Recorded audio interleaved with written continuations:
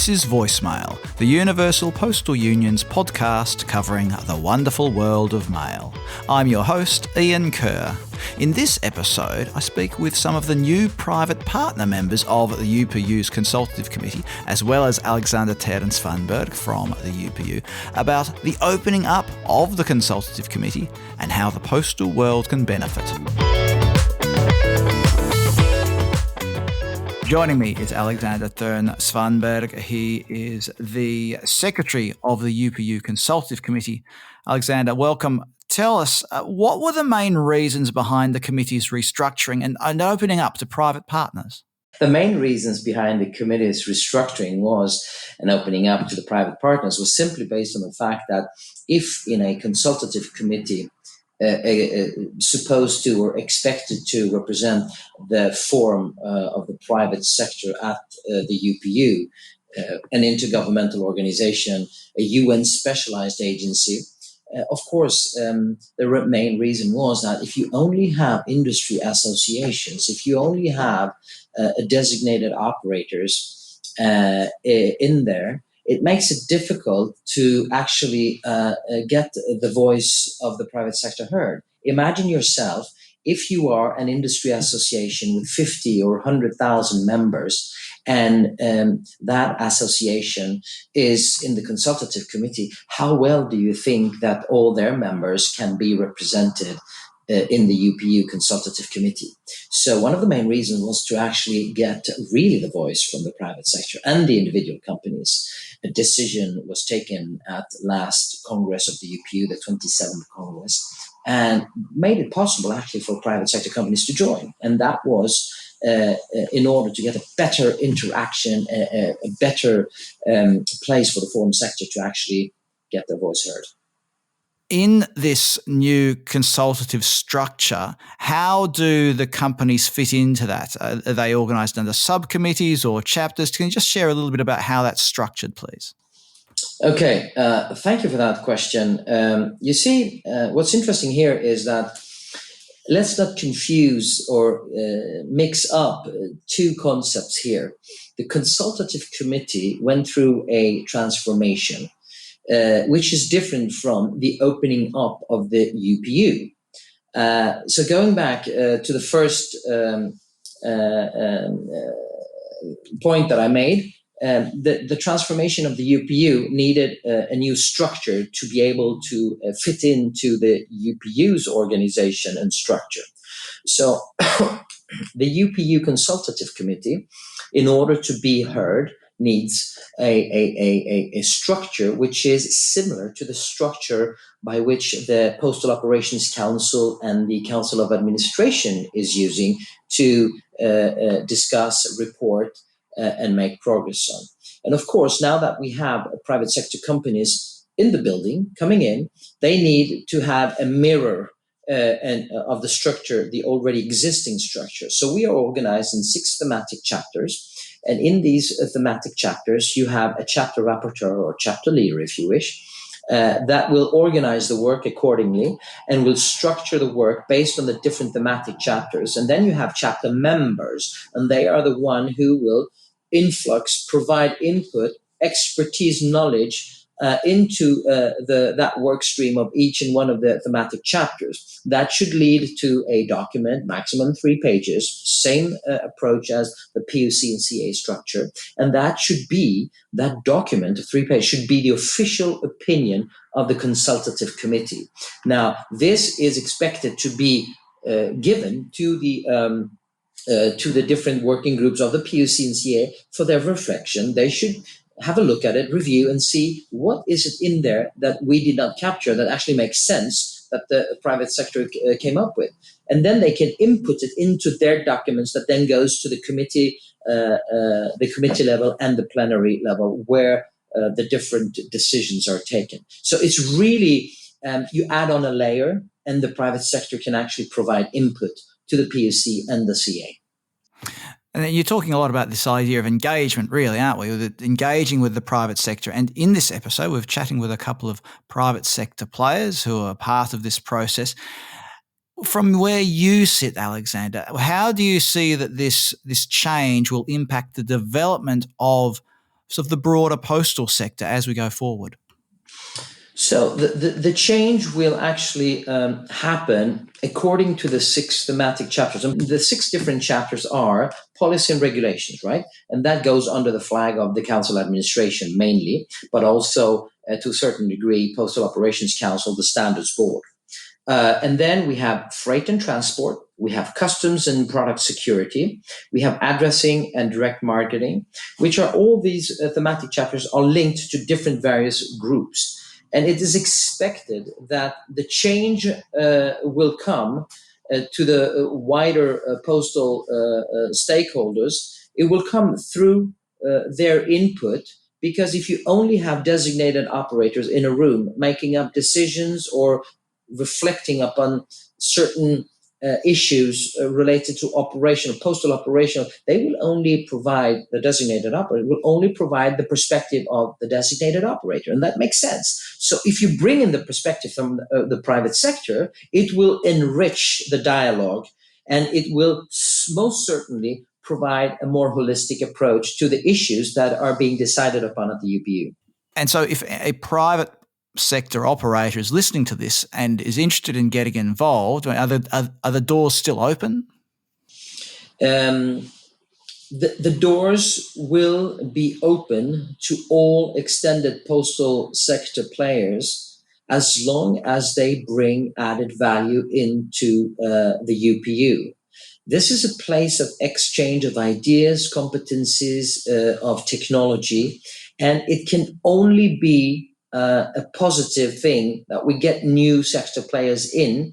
We may have to extend the number of thematic chapters or create subcategories of the thematic chapters, because if you have a thematic chapter that's called e-commerce, it is extremely broad. So we will be bound to open up even in the thematic chapters, but we want to provide the input in a very structured way to make the historical members of the UPU, and I'm speaking, of course, about the designated operators, make them feel secure, safe, that we, and when I say we, I'm speaking on behalf of the private entities that have now joined and will continue to join, make them comfortable that it's actually bringing, at the end of the day, added value to the discussions. So we are growing at a rate which is quite impressive. It's new members every week. And we have, when we were in Frankfurt, somebody told us in the audience that, well, you seem to be very Euro and North America centric. And someone, what about Africa? What about Asia? And now, yesterday, the Director General of the UPU signed on a new member, which is actually a company that's called African Development Solutions. And it's a very important company in Africa, based in Senegal. They have actually different presence in many different African countries. But it's only growing, and it's very, very positive. It certainly does sound like the UPU is embracing a new dynamic stage with growth and new perspectives coming into the organisation. And I'm sure we'll all be interested to see how this continues to evolve and how the sector and even the broader community that our sector serves is able to benefit from these changes. Alexander Thern-Svanberg from the UPU, thank you very much for joining us on the Voicemail podcast today. Thank you very much. Have a nice day.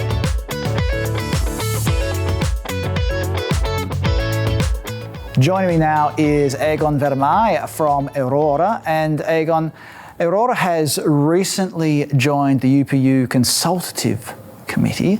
Can you tell us a bit about that? What led Eurora to take this step? Eurora, we are developing software for compliance and customs. So basically, and we are already working with some of postal operators already.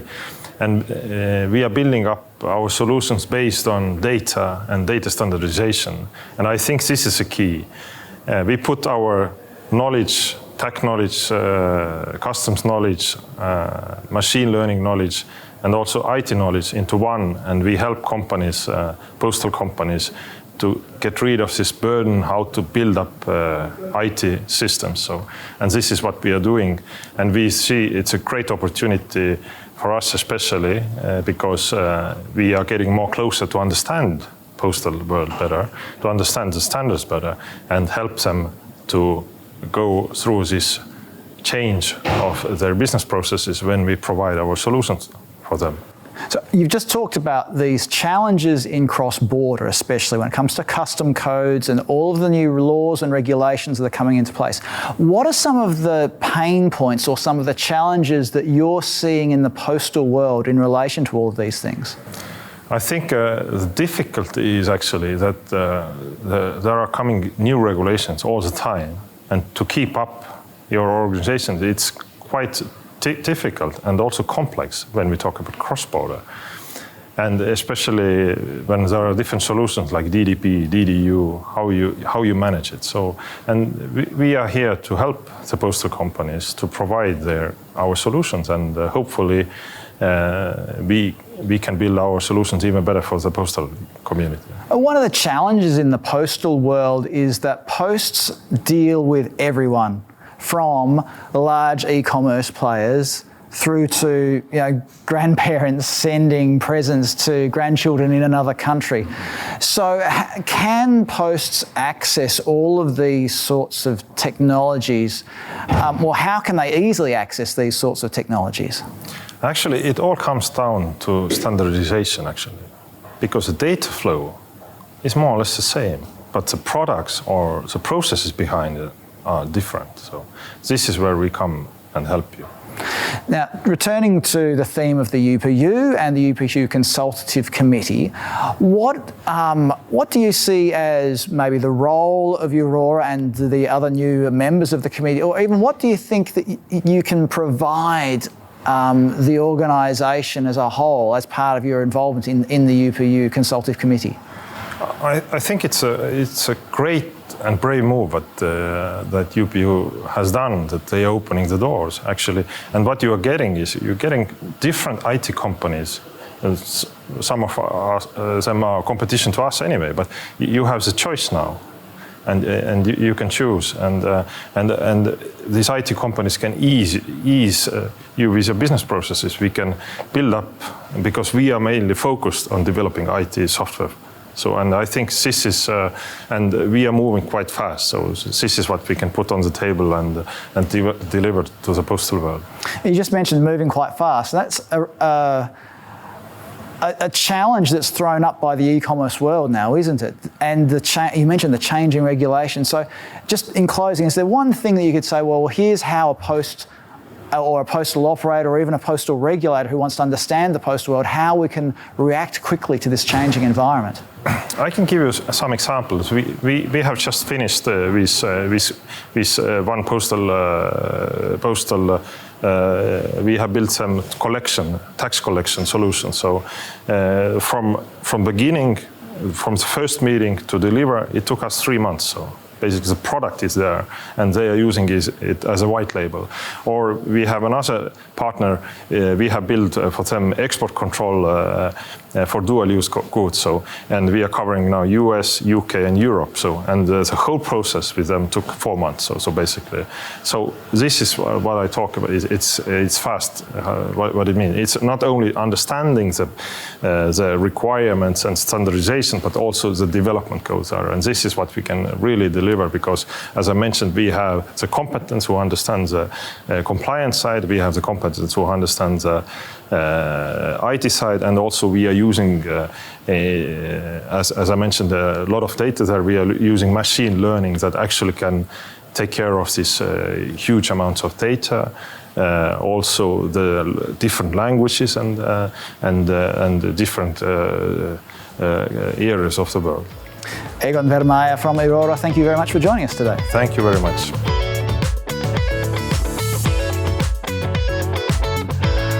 I'm joined by Andrii Shapovalov of Stampsdaq. Stampsdaq is a member of the UPU Consultative Committee. Tell me, Andrii, what led to the decision to get involved in the UPU in this regard?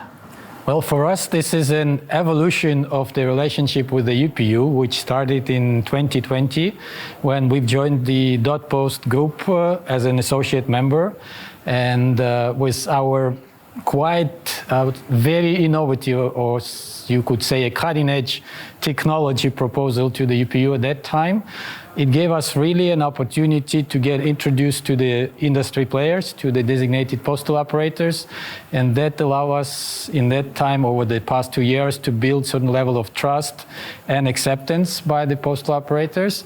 But .Post is still a more technological, cybersecurity, I would say, focused group within the UPU, and after getting the information, the news about the consultative committee opportunities for us, we definitely thought that this is the direction to go, because we need to be heard wider and on a higher level. And this is what I expect that the membership at the consultative committee will definitely help us to be heard by every postal operator in a trusted way, and we definitely hope for good business development as well. So tell us a little bit about the kind of technologies that your company works in. Well, Stampsdaq is the vision that we have, and this is the vision that we preach into the postal industry, is to create, stamps has a huge heritage, and this heritage can be monetized using the blockchain technology, the NFT so-called format, and with this, I would say, opportunity of a lifetime possibility, the posts have a possibility to establish a good revenue lines of the assets that's already sitting on the shelf for hundreds of years, close to 1 million stamps. This all can be made into digital format, and what we have offers on top of that is Stampsdaq is developing an entertaining and rewarding model for the collectors, because that's what technology allows compared to the traditional stamp collecting, which is feasibly not possible to create any type of global contests or real systematic gaming opportunities, in other words. So it's an interesting combination there of a couple of things that we're struggling with in the postal sector, which is the idea of modernising at the same time keeping hold of that heritage, isn't it? Yes, because it's cool. I mean, the heritage is great. You should not lose it. You should transform it and develop it further. Now, returning to your membership of the Consultative Committee, or the UPU Consultative Committee, tell us a bit about what you think you can contribute, or what you even might be able to get out of being part of this organisation. Well, we were lucky in a sense that there are 6 chapters within the Consultative Committee, and philately was in none of them, which tells me a lot how important the philately is to the postal industry, quote unquote. So this is exactly what we want to change, and we got, I would say, a sub-chapter definition within the direct marketing section, and we are now being, I would say, appointed as a rapporteur of the sub-chapter, and this is the opportunity we want to use to drive the industry into believing again into philately, making it profitable, and really creating in our humble estimation, $25 billion market in 10 years, where everybody participates and where everybody benefits from. Andrii Shapovalov from Stampsdaq, thank you very much for joining us today. Thank you very much.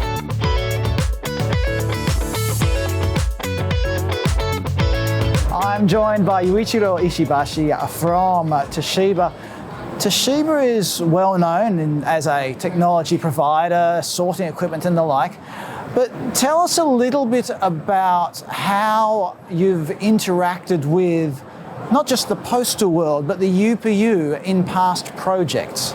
Yes, actually back to the 1960, we started this business.